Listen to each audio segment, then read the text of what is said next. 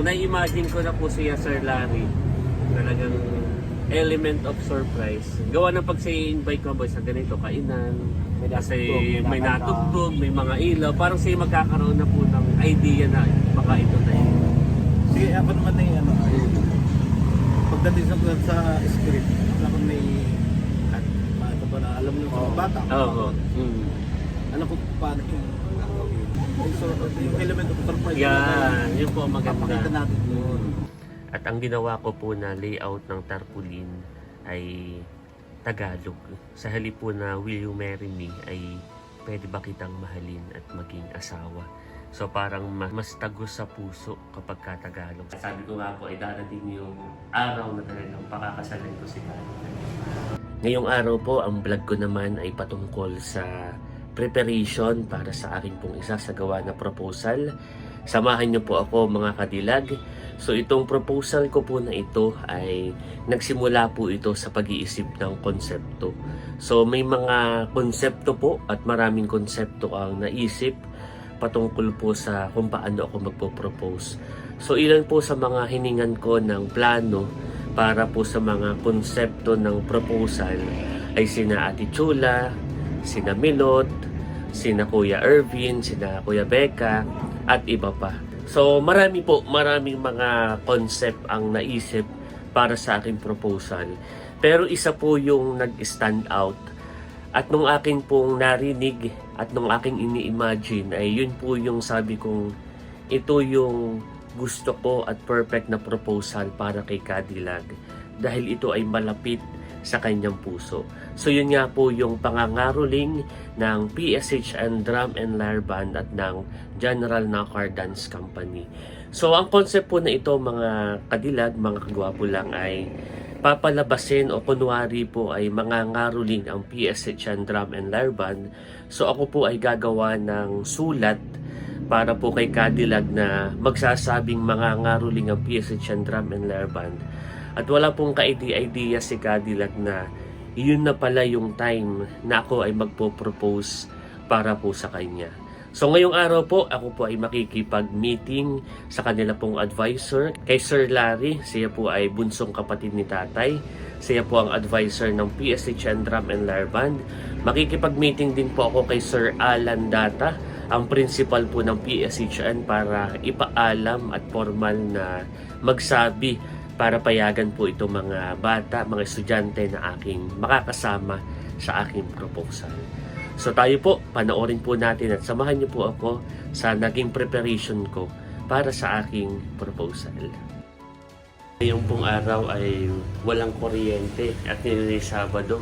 So hindi rin alam ito Kuya Becca ni Cadillac na tayo ay may meeting at magpaplano. Actually, kahapon ako tinatanong niya, sabi saan daw ako papunta, sino daw yung ka-meeting ko. Sabi ko, basta ako may lakad, may pinapapunta sa akin si Medyo. Eh di alam ay tayo ang mga magkaka-meeting. Pero kachat mo na siya ngayon. Oo, at ngayon pati brownout, sabi ko meron akong meeting. Pero siya ay totally walang idea kung saan ako pupunta at kung sino yung mga ka-meeting ko. So ngayon ay kasama ko si Kuya Becca, saka si Sir Larry. Ito yung ating mga kaplan to make possible Yan. yung plan natin. And ngayon pala i-play na natin. Na maging successful yung ating plano. At si Sir Larry ay malaki yung kanyang, kumbaga sa laro ay role play. Okay, parang sa pelikula ay role play para ma-execute natin itong ating game plan na ito. So sa mga tatanong, si Sir Larry. Sir Larry po ay bunsong kapatid No. ni tatay. Head teacher siya ng at malaki rin po yung kanyang gagampanan. Kaya ayun na may very supportive na dito. Kaya nga nung nag-message, sa kasi parang excited. Nung sinabi kong, Teo, Sir Larry, ganito po yung plano, yung ganyan. Siya parang, sige, parang go na go siya. So kami po ay waiting sa kanya. yan. At ngayon po ay walang kuryente, kaya kami po ay sakto tanghali na rin. Tayo sa labas na lang kumain. Doon na lang tayo mag-meeting ngayon sa Infanta. So ito po yung mga behind the Yan. scenes. Behind the scene ito, hindi ito alam ni Cadillac. Mapapanood niya ito ay kapag ka na-upload na natin. Yan. So mamaya po mag-update na kami kapag po kami nasa Infanta na. Narito na po si Sir Larry. Kami po ay papunta na sa Infanta at doon po kami magme-meeting. Kumain tayo muna ay manalangin. Let us pray. Panginoon Diyos, maraming salamat sa pagkain at nasarap po namin ngayong tanghali. Pagpalaan niyo, Panginoon Diyos, basbasan, maging kalakasan ng aming Panginoon. Okay, kain na po. So kasama na po natin si Sir Larry. At tayo po ay habang nakain ay atin na pong pinagpaplanuhan yung ating gagawin na surprise proposal para kay Larry. So yun po sir, ang amin pong plano, ang ating plano ay parang tayo ay mga ngaruling. Tapos ay kasama po yung inyong lyre band bilang si Sir Larry po yung advisor. Tapos ay tutugtog lang po doon na parang mga ngaruling o mamamasko at totally hindi niya alam. Tapos ay after po noon nung kayo ay siguro tutugtog ng dalawa, lalabas po ako, mag-i-speech. Tapos po ay pag nag-yes, medyo tutugtog po ulit kayo at lalabas naman po yung GNTC. So, na-imagine ko na po siya Sir Larry, talagang element of surprise. Gawa ng pag invite ko ba sa ganito, kainan, kasi may natugtog, may mga ilaw, parang siya magkakaroon na po ng idea na baka ito na yun. Sige, ako naman na ano, pagdating sa script, ako may ito ba na alam mo yung mga bata. Oo. Alam ko paano yung At maganda yung mga video yung element of surprise. Yan, yun po ang maganda. Papakita natin yun. Ako na ang bahala doon sa mga bata. Yun. Yung mga at saka kanina naka-off ka tayo. Oo. Napakaganda yung mga suggestion ni Plano. Sir ni Sir Larry na nga ni ganito ganyan. So talagang na-clear natin at Oo. parang ang ganda nung kakalabas. So hindi na po natin pinul yung coverage kanina sa pagpaplano dahil pag kami pinagpaplano ng tatlo, para po kami nasa Senate. Medyo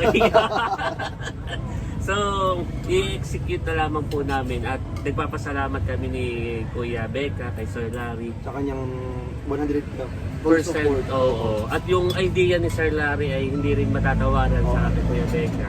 Talagang na-imagine ko pala ngayon ako'y excited na at tiyak na mayroong sabi nga ni Sir Larry ay element of surprise na mangyayari. Yes. So, ang tanong doon, bakit hindi kumatanggihan? Oh, ito. Kasi unang-una, si Laila ay dati namin sa Germany. Pangalawa ay dati ko rin batong enter. Yun, oo. Si Laila. So, Tama po bakit yung mga yun. galing mo ka? Hindi dahil sa kayo ay mga Oo, pamangkin. Oo. siguro kung iba ay siguro ay hindi ganun kadaling ano dahil sa siguro unang-una na nga di bahagi siya nung ano siya ay graduate namin. Pangalawa ba itong dito nga siya? Saka naalala ko Kuya Becca nung reunion natin parang 2017 yata, 2016 nang Villanueva family mayroong speech doon si Sir Larry, hindi ko makalimutan na yung banda ay part ng legacy niya. Parang pag sinabi mo sa naka na banda, lyre band, laging kadikit ng pangalan na nun Sir Larry. Yes, oo. At yung part ng legacy niya at kung sa part ng legacy ni Sir Larry kasama sa kasaysayan doon ay naging bahagi si Laila dahil siya ay naging baton. Kaya parang sa kasaysayan, sa malapit sa puso ni Laila ang drum and lyre band. So yun. So kaya na muna tayo. Kaya na po muna kami at ang plano natin sir ay December 2022. Yan. Sana ay maging maayos ang panahon una-una. Yeah. Puri natin ang Opo. magandang panahon. At Para- maging successful yung ating pag-i-execute yun. Kaya po muna kami. Salamat po. Thank you. Yan at narito na po kami. Sir Larry, salamat po ha. Thank you po. Kuya Becca, salamat din. So tayo ay chat-chat na lang para sa nalalapit na proposal. So thank you sir sa iyong suporta. Salamat po. Tayo ay pupunta ngayon sa salon para makapagpagupit dahil ilang araw na lamang at tayo ay magpapropose na kay Cadillac. So medyo mahaba na itong aking buhok at tayo ay pupunta sa barbershop para tayo ay magpagupit. At mamaya tayo ay pupunta rin sa school para tayo ay magpaalam kay Sir Alan sa principal ng drum and lyre bands para pag tayo ay magpo-propose ay hindi magulat si Sir at sila ay siya inform dahil bilang courtesy sa paaralang sekundarya ng General Nakar. At tayo rin ay nakapag-print na ng ating sulat. So ito ay ibibigay ko kay Sir Larry at si Sir Larry ang magbibigay kay Cadillac. Ito ay sulat na kung saan ay formal letter na nagpapaalam na mangangaroling ang PSHN Drum and Lyre Band sa amin kay Cadillac ngayong Lunes, December 22, alas 2. So ito yung sulat. At doon natin gagawin yung ating planong proposal. At narito na po tayo sa PSHN. Atin na po kakausapin si Sir Allen para ipagpaalam po ang mga estudyante sa Lunes sa December 22. Mag-update na lang po ako after po namin makipag-usap. Yan, atin na po nakausap si Sir Allen at tayo ay pauwi na. Tayo ay nagpapasalamat kay Sir Alan sa kanila pong principal ng paaralang sekundarya ng General Lacar at kay Sir Larry maging sa mga estudyante ng PSHN dahil sila po ay napaka-supportive. So hindi ko na po pinakita yung pakikipag-usap ko at pagpapaalam kay Sir Alan, pero salamat po at pinayagan po niya ang mga estudyante na suportahan yung aking gagawing proposal. At narito na po si Unto. So bago tayo magpagupit, ako po ay nakausapin ko muna si Unto. So nakausap ko na ang Tito Ogie, Sir Larry. At ako ay magpo-propose na ngayong December 22 sa Lunes. So yun, quiet, wala na. So ikaw ay aking papakisuyuan at si Unto po ay alam naman natin na si dancer ng General Lacar Dance Company, GNDC, at yun ay mga dancer dito sa General Lacar, mga kabataan. So parang gusto ko kayo kasama sa plano. So ang mangyayari na yun, ngayong Lunes, ay kinausap ko na yung drum and lyre band sa pamamagitan ng Sir Larry dahil siyang advisor. So tayo ay pupunta sa mga Tita Layla. Tapos ay kunwari mga ngaruling sila. Dala ko na nga itong sulat ay ready. Mga ngaruling, oo. So, yan, hindi pa niya alam. So, pupuntahan ko. Tapos ay, pag nag-okay na, saka ito kayo papasok ng General Lacar Dance Company. At saka kayo sasayaw ng kahit dalawa. Hindi magasunod. Magkasunod. Sige po. So, huwag naman yung mga pang-Christmas ha. Kayo na ang bahala ha, na pumili o maghanap ng music na ano kung kaya naman ninyo. Sige. Hani, so kita-kitsa lang tayo sa Lunes. So una, kayo muna itatago. Magtatago muna kayo. Tapos pag nag-yes na, nag-okay na, saka kayo, ay pwede naman pag ako nagsasalita na, Pwede saka pong kayo lalabas lalabas. Yan. Tapos ay saka after noon, parang TOG meron lang kaunting beat. Tapos after na yun, saka kayo na. Ha? Yeah, sige. Thank you, Unto. Salamat. So narito na po tayo sa PSHN. Atin na pong ibibigay itong sulat kay Sir Larry. At parang narito na po si Sir Larry. Bibigay lamang po natin. Hindi ko po alam, parang may Christmasan yata. Ayan, si Tio Ogie.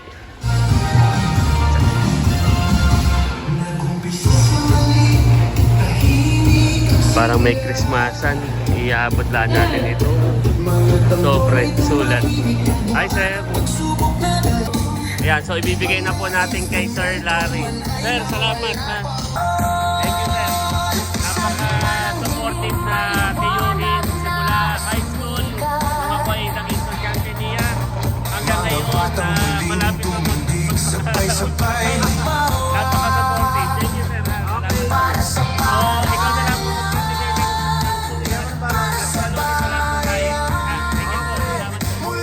ng na po naibigay yung sulat at si Sir Larry na po ang magbibigay ng sulat para hindi po makahalata si Cadillac na kasabwat ako sa setup na ito sa kanilang pangangaroling.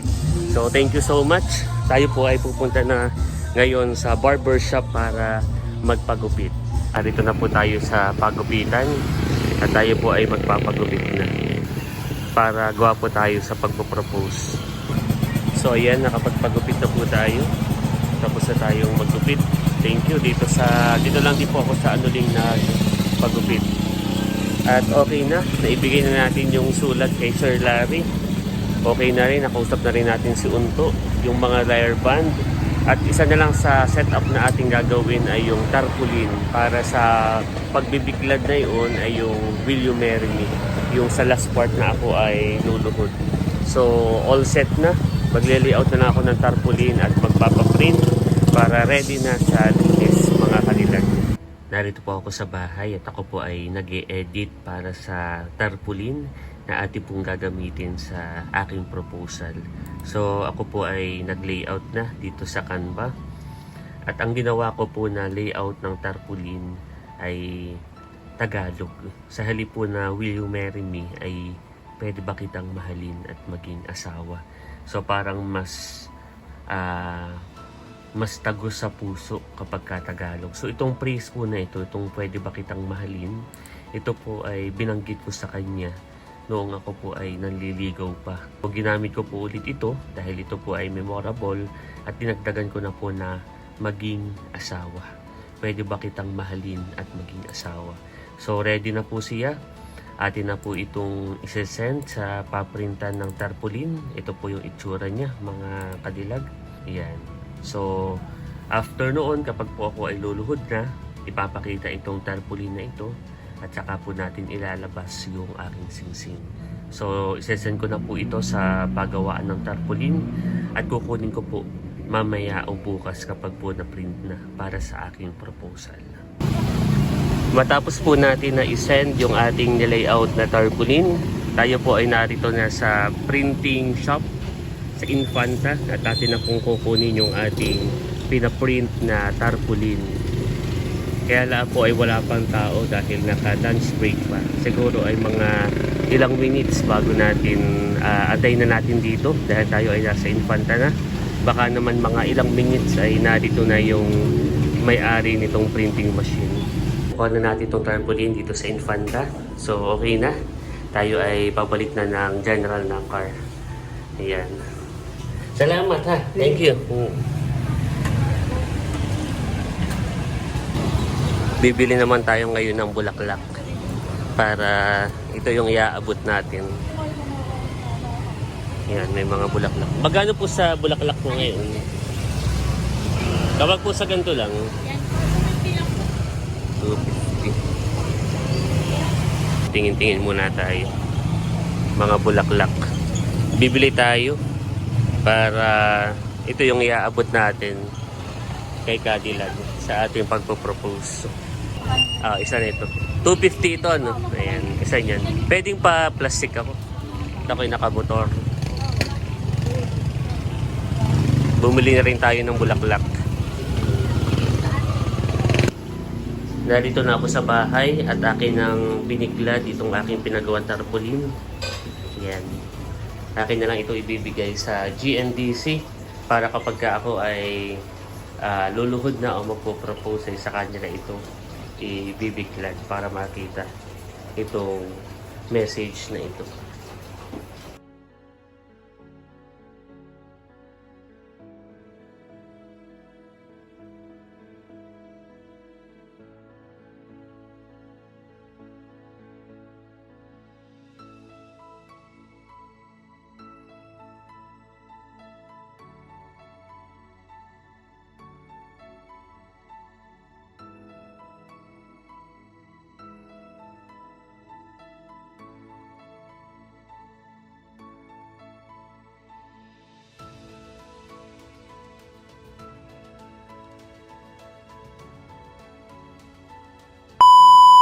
So, iyon Cadillac yung naging aking preparation at pagpaplano para sa aking matagumpay na proposal para sa inyo. So, simula noong naipakita ko na rin na yung simula noong ako ay bumili ng singsing, tapos ay nung ako ay humingi ng blessing o basbas sa aking pamilya, lalong higit sa iyong pamilya. At ito yung naging pagpaplano ko, yung pagpaplano namin para sa engagement na aking isinagawa. Hanggang sa dumating na, after noon ay yung dumating na yung pamamanhikan namin sa iyong pamilya. At doon naman po mga kadilag sa pamamanhikan ay ako po ay nakisuyo at kami po ay nagtulungan na ni Cadillac para isagawa at maging sistematiko yung pamamanhikan na ito. So ang ginawa po namin ay kumbaga ay modern style na kung saan kami po yung nagsalita. Kumbaga ay nagkaroon din po ng pagkakataon na magsalita po yung mga magulang namin dahil yun po yung pinakamahalaga, yung pong kanilang message at mensahe para po sa amin. So, Ang amin naman pong ginagawang paghahanda sa ngayon ay yun po yung mga mahalagang bagay na uunahin po namin para sa nalalapit po naming kasal. So kami po ngayon ay magkakaroon din ng meeting. So kami naman pong dalawa ang magmi-meeting dahil yun po, kami po yung may mga gagawin na Checklist. so kami po ay gagawa ng checklist ni Kagwapo lang para po kumbaga ay maging organized at saka po magkakaroon po kami ng timeline dahil yung ating kasal ay ano din ilang buwan na lang, mabilis lang ang panahon kaya dapat ay i-maximize at saka talagang maano natin mapaghandaan. Yan, tama yun. So kami po ay gagawa ng checklist at unti-unti, so yung every week, dapat ay meron tayong na-accomplish kanila dahil mabilis lamang ang panahon. Mamukat-mukat natin ay bukas na pala yung ating kasal. So, as early as now, dapat tayo ay unti-unti na nating piniprepare yung ating sarili para sa ating big event, ang ating wedding day. At ganoon din naman po mga kadilag. So, ako po ay bago mag-propose kay Kadilan, bukod sa buo na yung loob ko, spiritually, emotionally, mentally, ako po ay prepared na. At yung sa financial naman po mga kadilag, kahit paano po ako po ay meron ng naipon na yun yung gagamitin po namin na pampakasal para po kay sa amin na kasal ni Kadilan. Ako po ay meron ng ipon para po sa kasal po namin ni Kadilan. Thank you, Lord. So yun po ay mula sa ating hard-earned money. So simula pa lamang po ako nag-iipon na. At sabi ko nga po ay darating yung araw na talagang pakakasalan ko si Kadilan. Thank you, Lord, sa lahat ng ginawa mong preparation. At thank you dahil ikaw ay talagang kumbaga masugid na naghintay sa akin. At talaga namang grabe yung paghihintay. Inabot ng isang dekada. Yeah. So worth it naman yung paghihintay at talagang kumbaga itong ating pagmamahalan ay sinubok at pinanday na ng panahon. Yun ang At, papahiya. At o nga pala, madagdag ko rin, doon po sa aming pamamanhikan, hindi lang po namin na-vlog, pero halos lahat po ng mga seniors, kamag-anak, sila po ay masaya. At sila po ay parang, hindi naman po sa pagbubuhat ng bangkay, parang na-amaze sa way po nung naging dali ng pamamanhikan dahil very modern. Ikalawa ay napaka-sistematiko at maayos. Hindi siya yung noon po sa ibang mga pamamanhikan na maraming mga ideas. Tapos, lalo na po sina tatay, tatay ato. Pag nagiinuman, mga matalangaga, o kaya naman, minsan ay lumalawak yung topic. Opo, ay yung pong sa amin ay may target na. May target. Kumbaga ay may, yun na nga po, well-organized na pag-uusapan. Kaya para lang detailed siya. Kaya yung naging feedback po, hindi lang po namin na ipakita. Lahat po ay masaya at namangha doon po sa napakaayos at maganda na pamamanhikan. Yes. Ayun. Maraming salamat po. At So, thank you so much talaga lang sa lahat ng ito. So, ramdam na ramdam mo yung pagmamahal. Yan. At maraming salamat din po sa aming mga subscriber, sa aming mga supporter na actually yung nung ako simula pa lamang nung ako po ay nag-propose kay Kadilag ay pumutok yung notification namin ni Kadilag. Maraming nagpapaabot ng message. Hindi na po namin iisa-isahin pero kami po ay Lubos na nagpapasalamat sa inyo pong support at maluwag din po na pagtanggap para po sa aming nalalapit na pagpapakasal. Ayan, at hiling po namin na sana po ay patuloy po ninyo kaming suportahan at subaybayan para po sa aming new journey na ito. Sa aming pong new chapter na patuloy din po namin ikukwento at ibabahagi po sa inyo. So yan mga kadilag, bali hanggang dito na lamang po ang aming vlog. Maraming salamat po sa inyong panonood. At sana po ay nag-enjoy kayo. And please don't forget to like and subscribe. Bye-bye! Bye-bye!